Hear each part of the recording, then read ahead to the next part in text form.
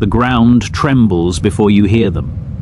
Miles north of Delhi, a farmer drops his plough. He presses his palm flat against the earth and feels it vibrate beneath his fingers like the skin of a drum. His cattle lift their heads, nostrils flaring. Birds explode from the trees in sheets of panicked wings. And then it comes, a sound that builds from the edge of silence into something monstrous. The thunder of 200,000 hooves churning the winter soil into clouds of dust that blot out the sun itself. The Mongols have come for India, but something extraordinary is about to happen here. Something that defies every expectation of the 13th century, something that will reshape the destiny of 500 million souls who haven't even been born yet. Because in the city that lies in their path, a sultan is waiting. A sultan whose name will become synonymous with one of history's most remarkable defensive victories. A sultan who, in just a few hours, will shatter the myth of Mongol invincibility and turn this frozen December morning into a graveyard for an empire. What unfolds at the Battle of Kili in 1299 is nothing less than the moment India survived, the moment when the world's most terrifying military force, undefeated across 3 continents, met its match on the dusty plains outside Delhi. And the man responsible for that victory? He wasn't born a king, he wasn't trained as a soldier, he seized his throne through blood and treachery, murdering his own uncle to claim the Sultanate just 3 years before the Mongols arrived. His name was Alauddin Khalji, and this is the story of how a usurper saved a civilization. We need to understand something about this moment, something that gets lost in the dry statistics of medieval history. We need to feel what it felt like to live in northern India in December of 1299, to wake each morning wondering if today was the day the eastern horizon would darken with death, because the Mongols weren't just an army.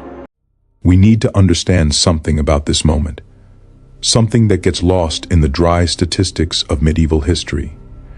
We need to feel what it felt like to live in northern India in December of 1299, to wake each morning wondering if today was the day the eastern horizon would darken with death, because the Mongols weren't just an army. They were a force of nature, a human hurricane that had already consumed everything from Beijing to Baghdad. They had drowned nations. They had erased cities so completely that scholars still debate whether those places ever existed. And now, for the 3rd time in 2 years, they were coming for Delhi. The man leading this invasion force is Qutlugh Khwaja, and he is not merely a general. He is the son of Dua Khan, supreme ruler of the Chagatai Khanate, one of the 4 great hordes that inherited Genghis Khan's fractured empire. At 23 years old, Qutlugh Khwaja has never known defeat. He has grown up on a diet of conquest, nursed on stories of his grandfather's grandfather laying waste to civilizations from Korea to Poland. To him, India isn't a target, it's an entitlement. A fat, wealthy land of soft people who worship strange gods and pray to idols rather than mastering the arts of war. The chroniclers of his own army describe the upcoming campaign as less a battle than a harvest. What Qutlugh Khwaja doesn't know, what he cannot possibly fathom as he leads his vast host south through the mountain passes of Afghanistan, is that Delhi has changed. The Sultanate he's about to strike isn't the fragmented, unstable kingdom his predecessors raided and humiliated just years before. Something fundamental has shifted behind those walls. Someone new sits on the throne, and that someone has been preparing for exactly this moment with a single-minded obsession that borders on madness. I want to take you back now, just briefly, to understand how we arrived at this precipice. Because the collision about to happen at Kili is the culmination of decades of mounting tension, of invasions and retreats, and a slow, grinding terror that had begun to convince the people of India that their conquest was merely a matter of time. The Mongols first appeared on India's doorstep in 1221 when Genghis Khan himself, the great Khan, the world conqueror, the man who would kill 40 million people in his lifetime, chased a fleeing prince across the Indus River. He stood on the banks of that great water and looked east toward the endless burning plains of Hindustan. His generals urged him forward. The wealth of India was legendary. The resistance would be minimal. Why stop now? And yet, incredibly, Genghis Khan turned back. Why? The chronicles offer theories. The heat was insufferable, the rivers uncrossable, the omens unfavorable. Some whisper that even the world conqueror recognized a land too vast, too hot, too strange to absorb. But whatever his reasons, that decision granted India 7 decades of fragile peace. 7 decades, during which the Mongol Empire expanded everywhere else, swallowing China, crushing Persia, sacking Baghdad, and drowning the Abbasid Caliphate in rivers of blood. 7 decades during which India watched and waited and wondered when its turn would come. It came in 1241, when a Mongol army swept into the Punjab and sacked Lahore, butchering its inhabitants and leaving the city a smoking ruin. It came again in 1285, again in 1292, again in 1297, probing attacks, each one deeper, each one more devastating, each one testing the defenses of the Delhi Sultanate and finding them wanting. By the time Alauddin Khalji seized power in 1296, the pattern was grimly established. The Mongols would come, they would raid, they would plunder, they would burn, and the Sultanate would survive only because the Mongols chose to withdraw, never because Delhi could force them to. This is the inheritance that Alauddin Khalji claimed when he murdered his uncle and took the throne. This is the kingdom he ruled, a kingdom living on borrowed time, haunted by an enemy it could not defeat, ruled by a succession of sultans who had bought peace with gold rather than earning it with steel. But Alauddin Khalji was different. I find myself drawn to this man in ways I didn't expect when I first encountered his story. He's not likable. He's not admirable by any conventional standard. The list of his crimes: fratricide, imprisonment of nobles without trial, brutal extraction of wealth from his subjects, torture of his enemies, reads like the resume of a tyrant. And yet something in his eyes, if we can trust the poets who describe them, burned with a ferocity that transcended mere cruelty. He understood, with a clarity that his predecessors lacked, that survival itself was the only virtue that mattered, that a kingdom exists or it does not, and all other considerations are luxury. When the Mongol threat appeared on his horizon in 1296, just months after he claimed the throne, Alauddin Khalji made a choice that would define his reign. He would not negotiate, he would not bribe, he would not hope the storm passed him by, as it had so many times before. He would prepare, and preparation for Alauddin Khalji meant transformation. First came the army. The Sultan recognized that the Sultanate's military forces were too small, too poorly equipped, and too unreliable to face the Mongol host. So he built a new one. Historians estimate that within 3 years, he expanded his military from roughly 75,000 soldiers to nearly 500,000, the largest standing army in the medieval Islamic world. To pay for this force, he instituted a tax system of unprecedented brutality, extracting half of all agricultural produce from his subjects and seizing the wealth of Hindu temples and merchant families with equal ruthlessness. When nobles protested, he reminded them that empty treasuries built empty graves. When peasants starved, he reminded them that living under Mongol rule would be worse. Second came the intelligence network. Alauddin established a system of spies and informants that blanketed his kingdom and extended into the territories beyond. Merchants, travelers, refugees, all were questioned, bribed, or threatened until they revealed what they knew. Within months, the Sultan knew more about Mongol troop movements, command structures, and logistical chains than any ruler in India's history. He knew their generals by name. He knew their rivalries and weaknesses. He knew when they were coming before they even left their staging grounds. Third, and perhaps most importantly, came the fortifications. Alauddin understood that Delhi itself was the prize, and he ringed his capital with a system of defensive works that would have impressed the Roman legions. New walls rose from the earth. Old walls were reinforced. Granaries were stockpiled with years of provisions. Wells were dug, cisterns filled, armories stocked with arrows beyond counting. The city became a fortress, a bristling, watchful bastion that could survive a siege of months, perhaps years, waiting for the Mongols to exhaust themselves against its stones. But here's what made Alauddin Khalji truly dangerous, what separated him from every sultan who had come before. He didn't intend to merely survive, he intended to win. To understand what that meant, we have to understand how the Mongols fought, how they had conquered half the known world with an army that looked, to European and Asian observers alike, almost laughably primitive. The Mongol warrior carried a curved bow and a quiver of arrows. He rode a small, shaggy horse, often 2 or 3 of them, switching mounts to maintain speed across vast distances. He wore little armor, carried minimal supplies, and seemed by every conventional measure to be outclassed by the heavily armored knights and infantry of the civilizations he faced. And yet those civilizations fell, one after another, because the Mongols fought with a tactical sophistication that no one understood until it was too late. The key was mobility. A Mongol army could cover 50 miles in a day, appearing from nowhere and vanishing before reinforcements could arrive. They used feigned retreats, pretending to flee in terror, drawing their enemies into disorganized pursuits, then wheeling around and annihilating the scattered, exhausted foe.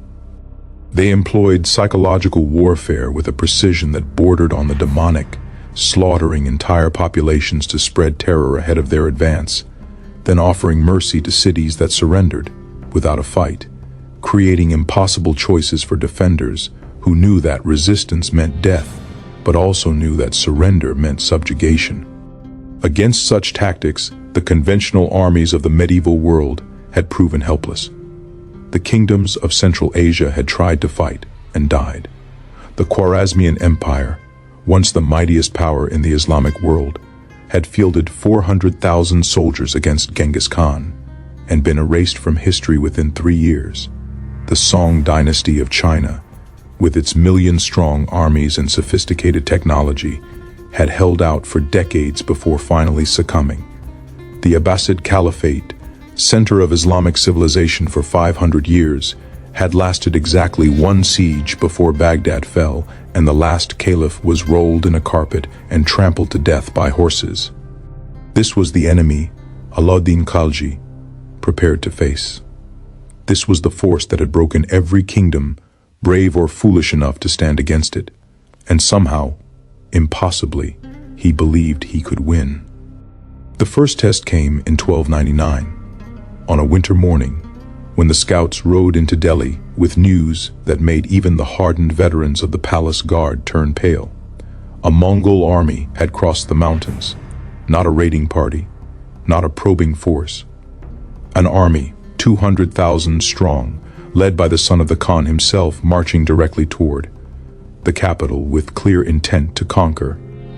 Let me stop here and make something clear about that number. Because 200,000 is the figure the chroniclers give us, and it sounds almost absurdly large. Modern historians debate whether it should be taken literally or understood as a general term for a vast host.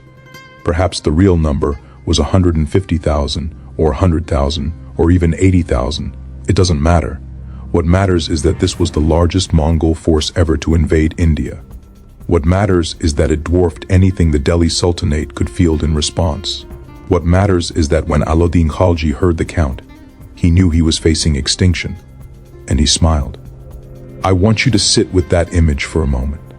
A man standing in the great hall of his palace, surrounded by ministers and generals whose faces have gone gray with fear, receiving news that the apocalypse is approaching, and smiling.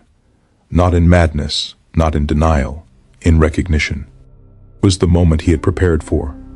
This was the enemy he had spent 3 years arming against. The Mongols had finally committed their full strength, and now he would have the chance to destroy them once and for all. But first, he had to survive the next 72 hours. The Mongol advance moved with terrifying speed. Qutlugh Khwaja had learned from his predecessor's failures. He knew that speed was everything, that every day of delay gave the Indians time to muster, to fortify, to prepare. His horsemen swept across the Punjab in a matter of days, brushing aside local resistance like a man scattering insects. By the time the full scope of the invasion became clear, the Mongol vanguard was already approaching the outer reaches of the Delhi Sultanate's heartland. Alauddin Khalji faced a choice that would determine the fate of his kingdom. He could retreat behind Delhi's walls and wait, trusting his fortifications and his stores to outlast the siege. This was the safe option, the conventional wisdom of defensive warfare. Let the enemy exhaust himself against stone and time. But Alauddin understood something his advisors did not. The Mongols hadn't come to besiege, they had come to conquer. If he hid behind his walls, they would simply bypass him, ravaging the countryside, destroying the agricultural base that fed his army and his city. Within weeks, Delhi would be an island in a sea of ashes, surrounded by a population that had learned their sultan couldn't protect them. His kingdom would crumble from within before the first Mongol arrow ever struck his walls. No. He would meet them in the field. The decision sent shockwaves through the court.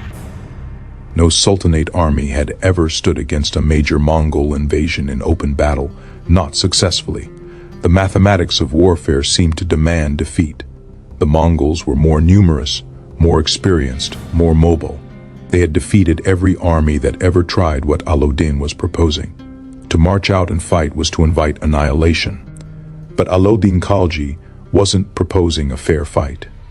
We need to talk now about a man whose name deserves to be remembered alongside history's greatest warriors. A man whose courage at the Battle of Kili would become legendary in Indian military history, and whose death would be mourned as the price of victory. His name was Malik Zafar Khan, and he was Alauddin's greatest general. Everything about Zafar Khan seemed designed for war. Tall, broad-shouldered, with a voice that could carry across a battlefield and arms thick as tree limbs, he had risen through the Sultanate's military ranks on pure martial prowess. He was said to wield a sword so heavy that lesser men couldn't lift it. He was said to ride into battle at the head of his troops, never behind them. He was said to fear nothing on earth, not death, not pain, not even the Mongols themselves. This last quality was about to be tested beyond imagining. Alauddin gave Zafar Khan command of the vanguard, the first wave of the Sultanate's army that would march out to meet the Mongol advance. Behind him would come the main force, led by another general named Qutlugh Khan, the Sultan's own brother, and behind that, in reserve, would come Alauddin himself with his personal guard, the hammer that would strike when the moment was right. The plan was elegant in its simplicity and terrifying in its demands. Zafar Khan would engage the Mongol vanguard, drawing them into battle, fixing them in place. Qutlugh Khan would swing around to strike the flank, and when the Mongols committed their reserves to meet this threat, Alauddin would appear with his fresh troops and crush them between three converging forces. But every officer in that war council knew the unspoken truth. For the plan to work, Zafar Khan would have to hold. Not just fight, hold. Against the most mobile army on earth, against horsemen trained from childhood to wheel and strike and vanish, Zafar Khan would have to plant his feet and refuse to break no matter what the Mongols threw at him. The general accepted the assignment without hesitation. On the morning of the battle, the Sultanate's army marched out from Delhi in a column that stretched for miles. Cavalry and infantry, archers and siege engineers, camp followers and supply wagons. A river of humanity flowing north toward the Mongol host. The winter sun hung low and cold in a sky of perfect blue. Dust rose from the column and drifted across the fallow fields. And in the distance, barely visible on the northern horizon, another cloud of dust was growing. The two armies made contact near the village of Kili, roughly 15 miles from Delhi's walls, close enough that the outcome of the battle would determine the city's fate within hours. The terrain here was flat, open ground that seemed to favor the Mongol cavalry's mobility. Stands of scrub trees dotted the landscape, but there were no natural choke points, no rivers or hills to anchor a defensive line. This was killing ground, pure and simple. Qutlugh Khwaja surveyed the Indian formation from horseback and felt something close to contempt. He could see their lines spreading across the plain, infantry in the center, cavalry on the wings, banners flapping in the morning breeze. It was a textbook formation, exactly what the manuals of medieval warfare prescribed. And it was exactly what the Mongols had shattered 100 times before. The young commander issued his orders. The Mongol army began to deploy. What happened next would be remembered for 7 centuries. The Mongol host spread across the plain like a dark tide, unit after unit, emerging from the dust cloud and taking position. To the Indians watching from their lines, it must have seemed endless.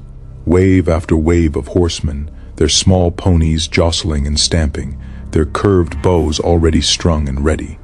The noise was overwhelming, the thunder of hooves, the shouts of commanders, the eerie, ululating cry that Mongol warriors used to coordinate their movements across the vast distances of the steppe.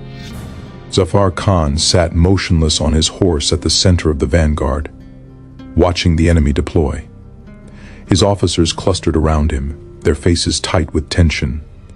One of them, we don't know his name, only that he was young and had never seen Mongols before, turned to the general and asked, with a voice that barely hid its trembling, "What do we do?"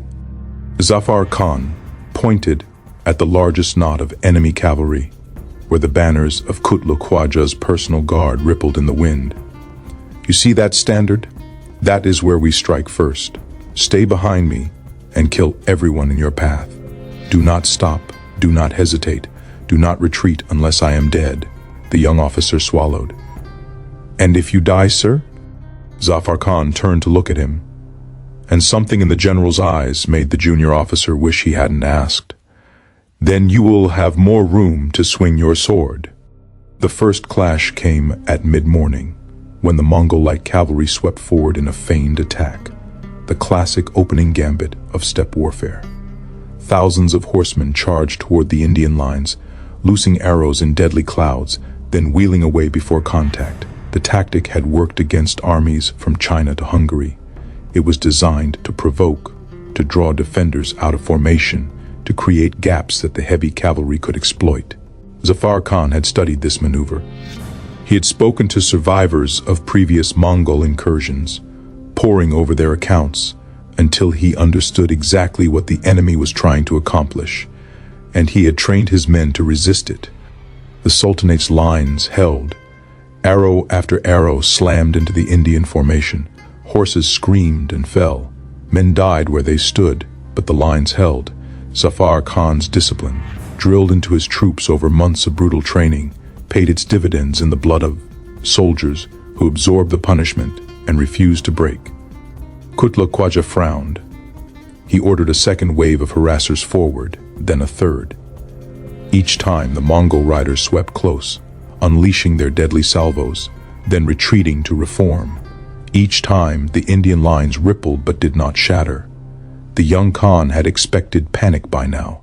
He had expected the enemy to charge in disorder or to flee back toward Delhi.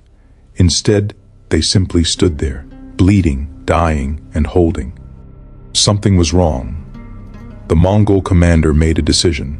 If the Indians wouldn't break, he would simply overwhelm them. He signaled for the main assault. What Zafar Khan saw next would have broken lesser men.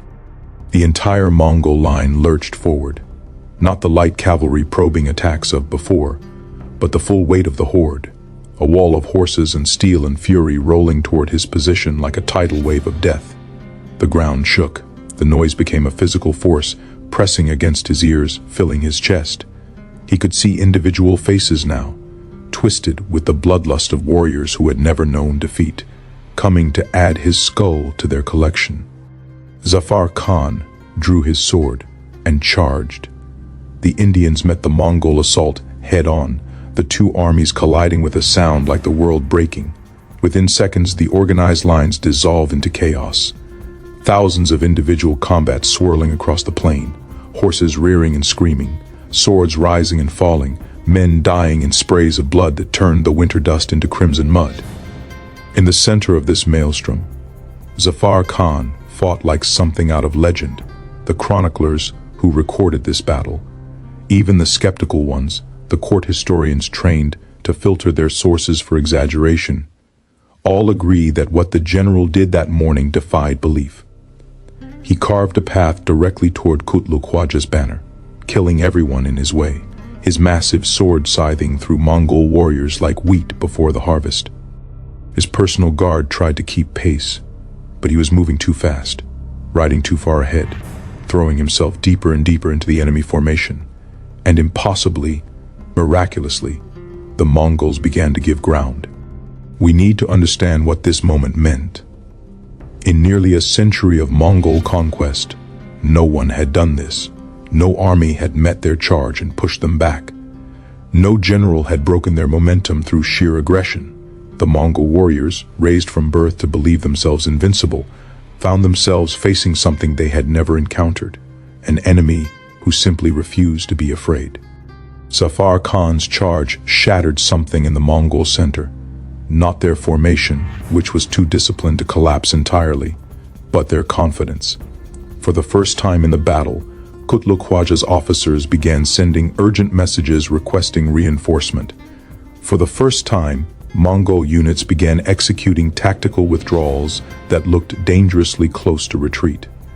For the first time, the outcome of the battle appeared uncertain.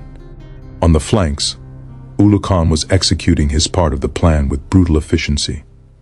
The Sultan's brother had brought a force of heavy cavalry around the edge of the battlefield, and now it slammed into the Mongol right wing with the force of an avalanche. The Mongols there, already shaken by the unexpected resistance in the center, found themselves fighting on two fronts. Their mobile tactics, which required room to maneuver, became impossible in the press of bodies. They were forced into the close-quarters combat that favored the heavier Indian cavalry, where individual skill and brute strength mattered more than mounted archery. The battle was turning, but Zafar Khan had pressed too far.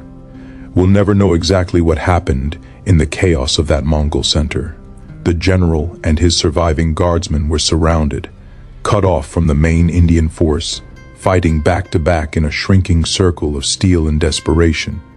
A messenger broke through the chaos to reach Ögedei Khan, gasping out news of the general's predicament. The Sultan's brother faced an impossible choice: pull forces from the flank attack to rescue Zafar Khan, potentially losing the advantage they had gained, or continue the offensive and let the empire's greatest warrior die alone. Ögedei Khan chose victory. Some historians have condemned this decision. Others have praised it as the cold calculation that won the battle. What we know is that Zafar Khan fought on, alone, for nearly an hour after his last guardsman fell. The Mongols, who prized courage above all virtues, began to hold back from attacking him directly, not from mercy, but from something closer to awe. This single man, unhorsed and surrounded, continued to kill anyone who approached him. His sword arm never tired, his movements never slowed. He was death made flesh, and even the hardened steppe warriors hesitated to approach death. In the end, it took a volley of arrows from multiple directions to bring him down. Zafar Khan fell to his knees, pierced through torso and throat, and still, he managed to cut one last attacker before he collapsed. The Mongols who recovered his body found him clutching his sword so tightly that they had to break his fingers to pry it loose. His death bought something priceless: time. While Zafar Khan made his last stand, Alauddin Khalji committed his reserves. The Sultan had watched the battle from a slight rise behind the lines, surrounded by his personal guard and the elite cavalry he had held back for exactly this moment. He had seen the Mongol center buckle under Zafar Khan's assault.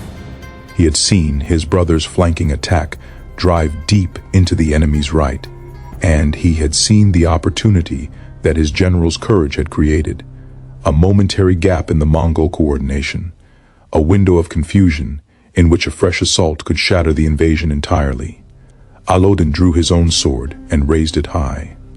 The reserves began to move.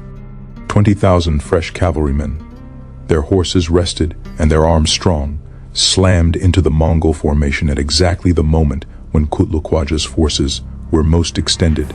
The impact was devastating.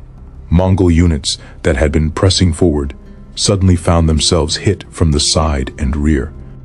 The coordination that made their army so deadly collapsed into chaos as officers lost contact with each other, and individual units began making independent decisions. Some fighting, some retreating, some trying desperately to reform. Qutlugh Khwaja, for the first time in his life, experienced the sensation of losing. By late afternoon, the Mongol army began to break. It started slowly at first. Individual warriors slipping away from the fighting, melting back toward the northern horizon. Then larger groups began to retreat, first in orderly fashion, and then in open flight. Within an hour, the trickle had become a flood. The greatest Mongol invasion of India was collapsing, its warriors streaming northward in the same columns that had approached so confidently just that morning. Alauddin Khalji could have let them go.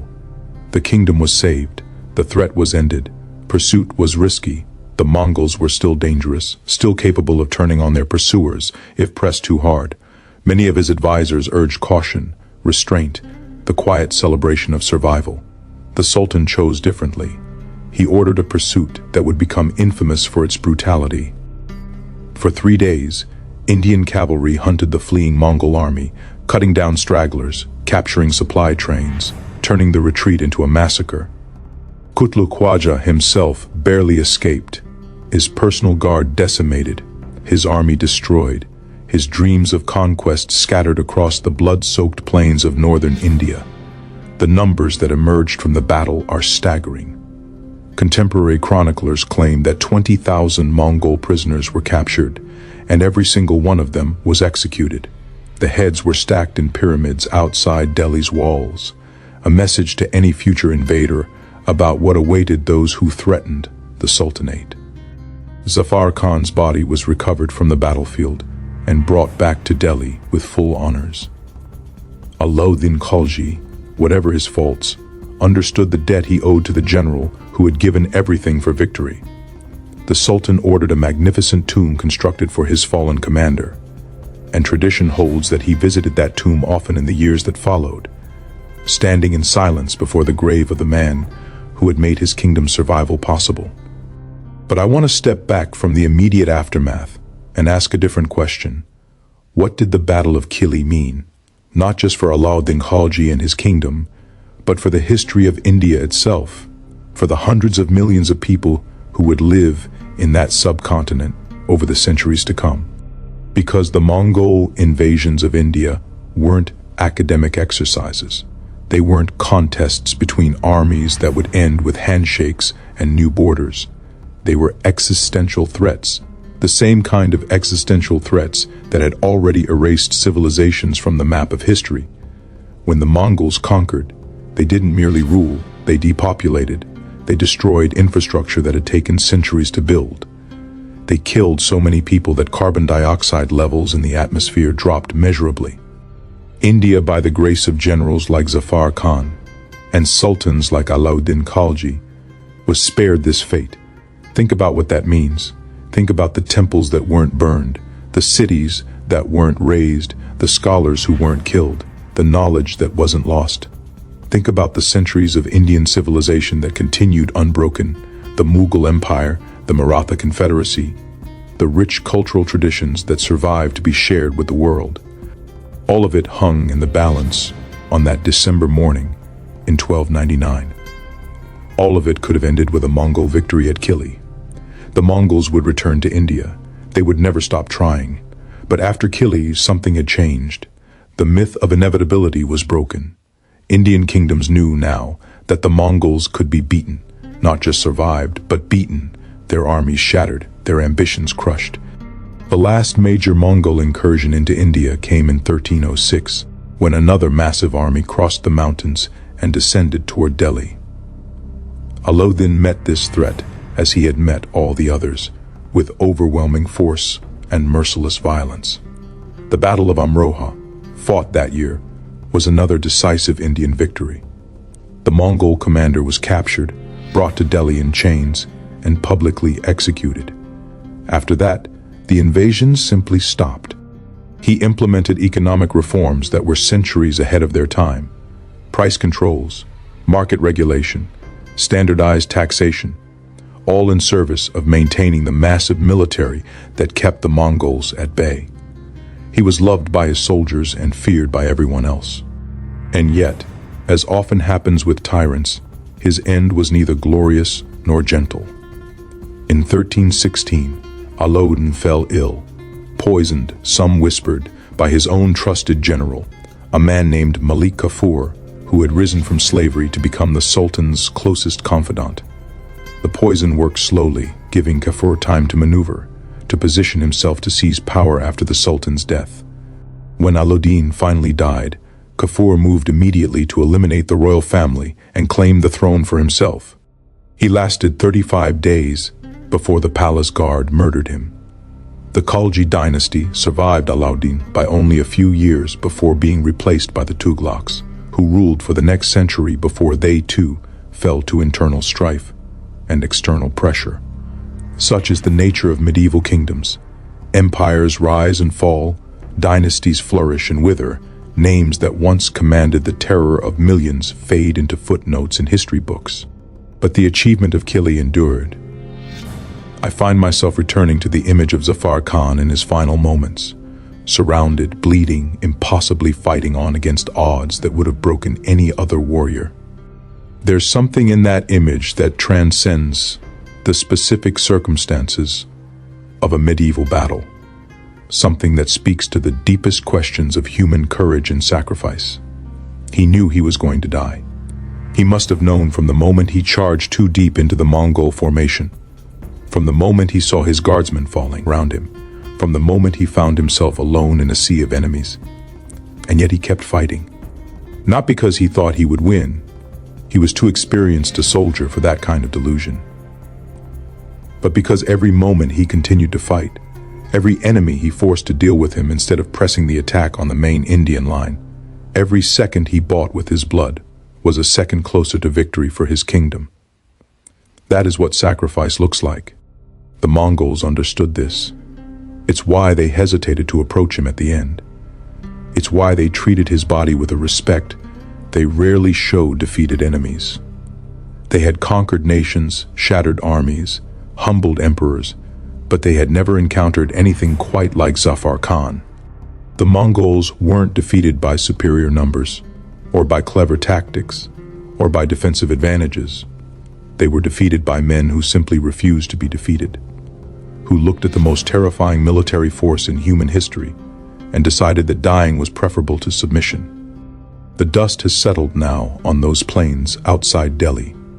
The bones of the fallen have long since crumbled to nothing. The tombs where Zafar Khan and Alauddin Khalji sleep have weathered and worn and been restored and forgotten and rediscovered by generations of historians seeking to understand what happened in that distant December. But something of that day lingers. Walk through Delhi today, through the crowded streets and the ancient monuments and the palaces that rose after Alauddin's time, and you walk through a city that exists because of choices made 700 years ago. The Mongols came for India. India was ready.